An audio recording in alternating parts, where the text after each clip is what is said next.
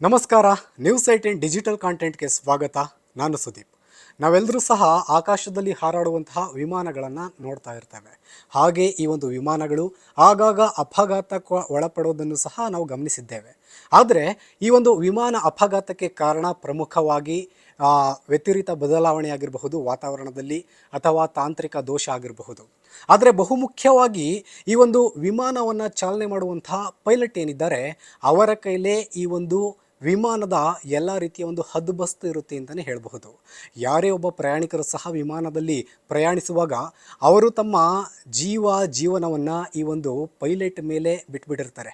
ಯಾಕೆಂದರೆ ಆ ಒಂದು ವಿಮಾನವನ್ನು ಒಂದು ಸ್ಥಳದಿಂದ ಮತ್ತೊಂದು ಸ್ಥಳಕ್ಕೆ ಸುರಕ್ಷಿತವಾಗಿ ಕರೆದುಕೊಂಡು ಹೋಗುವಂತಹ ಕೆಲಸ ಎಲ್ಲ ಒಂದು ಬಹುಮುಖ್ಯವಾಗಿ ಒಳಗೊಂಡಿರುವಂತಹ ಅಂಶ ಆ ಒಂದು ಪೈಲಟ್ ಮೇಲೆ ಇರುತ್ತೆ. ಆದರೆ ಇಲ್ಲಿ ನಾವು ಗಮನಿಸಬೇಕಾಗಿರುವಂತಹ ಪ್ರಮುಖ ಅಂಶ ಏನಂದರೆ, ಇದೇ ಆಗಸ್ಟ್ 4ರಂದು 137 ಪ್ರಯಾಣಿಕರು ಹಾಗೂ 8 ಸಿಬ್ಬಂದಿಯೊಂದಿಗೆ ಫುಕೆಟ್ನಿಂದ ದೆಹಲಿಗೆ ಒಂದು ವಿಮಾನ ಬರುತ್ತೆ. ಅಂದರೆ AI2379 ವಿಮಾನ, ಈ ಒಂದು ವಿಮಾನ ದೆಹಲಿಗೆ ಬರುತ್ತೆ. ಆದರೆ ದಿಢೀರನೆ ಮಾರ್ಗ ಮಧ್ಯದಲ್ಲಿ ಈ ಒಂದು ವಿಮಾನ 300 ಅಡಿ ಕೆಳಗೆ ಏಕಾಏಕಿ ಕುಸಿಯುತ್ತೆ. ಅಂದರೆ ಈ ಒಂದು ವಿಮಾನ ಕುಸಿದಾಗ 17 ಪ್ರಯಾಣಿಕರು ಹಾಗೂ ವಿಮಾನದಲ್ಲಿದ್ದಂತಹ 4 ಜನ ಸಿಬ್ಬಂದಿ ಗಾಯಗೊಳಪಡ್ತಾರೆ.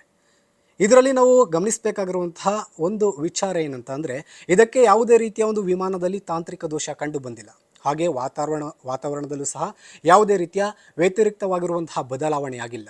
ಆದರೆ ಇದಕ್ಕೆ ಪ್ರಮುಖವಾಗಿರುವಂತಹ ಕಾರಣ, ಈ ಒಂದು ವಿಮಾನವನ್ನು ಯಾರು ಚಾಲನೆ ಮಾಡ್ತಾ ಇದ್ರು ಪೈಲಟ್ ಅವರೇ ಇದಕ್ಕೆ ಪ್ರಮುಖವಾಗಿರುವಂತಹ ಕಾರಣ ಅಂತ ಹೇಳಲಾಗ್ತಾ ಇದೆ. ಯಾಕೆಂದರೆ ಈ ಒಂದು ವಿಮಾನ ಏಕಾಏಕಿ ಕುಸಿದು ಬೀಳಲು ಕಾರಣ ಪೈಲಟ್ ಡ್ರಗ್ಸನ್ನು ಸೇವನೆ ಮಾಡಿದ್ರು ಎಂಬುದು ಇದೀಗ ವರದಿಯಿಂದ ಬಹಿರಂಗವಾಗಿದೆ.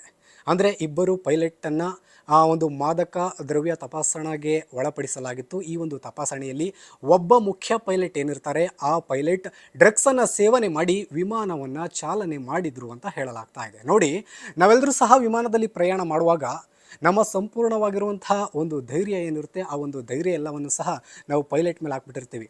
ಬಿಡಪ್ಪ, ಒಂದು ಸ್ಥಳದಿಂದ ಮತ್ತೊಂದು ಸ್ಥಳಕ್ಕೆ ನಮ್ಮನ್ನು ಸುರಕ್ಷಿತವಾಗಿ ಕರ್ಕೊಂಡು ಹೋಗ್ತಾರೆ, ನಾವು ಆರಾಮಾಗಿ ನಮ್ಮ ಡೆಸ್ಟಿನಿಯನ್ನು ರೀಚ್ ಮಾಡ್ಬೋದು ಅಂತ ಅಂದ್ಕೊಂಡಿರ್ತೀವಿ. ಆದರೆ ಈ ಒಂದು ಪೈಲಟ್ಗಳೇ ಈ ರೀತಿಯಾಗಿ ಒಂದು ಕೆಲಸವನ್ನು ಮಾಡಿದರೆ ನಾವು ಯಾರನ್ನು ನಂಬೋದು ಎಂಬುದು ಇದೀಗ ಎಲ್ಲರಲ್ಲೂ ಸಹ ಕಾಡ್ತಾ ಇರುವಂತಹ ಪ್ರಶ್ನೆ.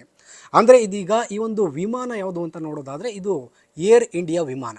ಅಂದರೆ ಫುಕೆಟ್ನಿಂದ ದೆಹಲಿಗೆ ಬರ್ತಾ ಇರುತ್ತೆ.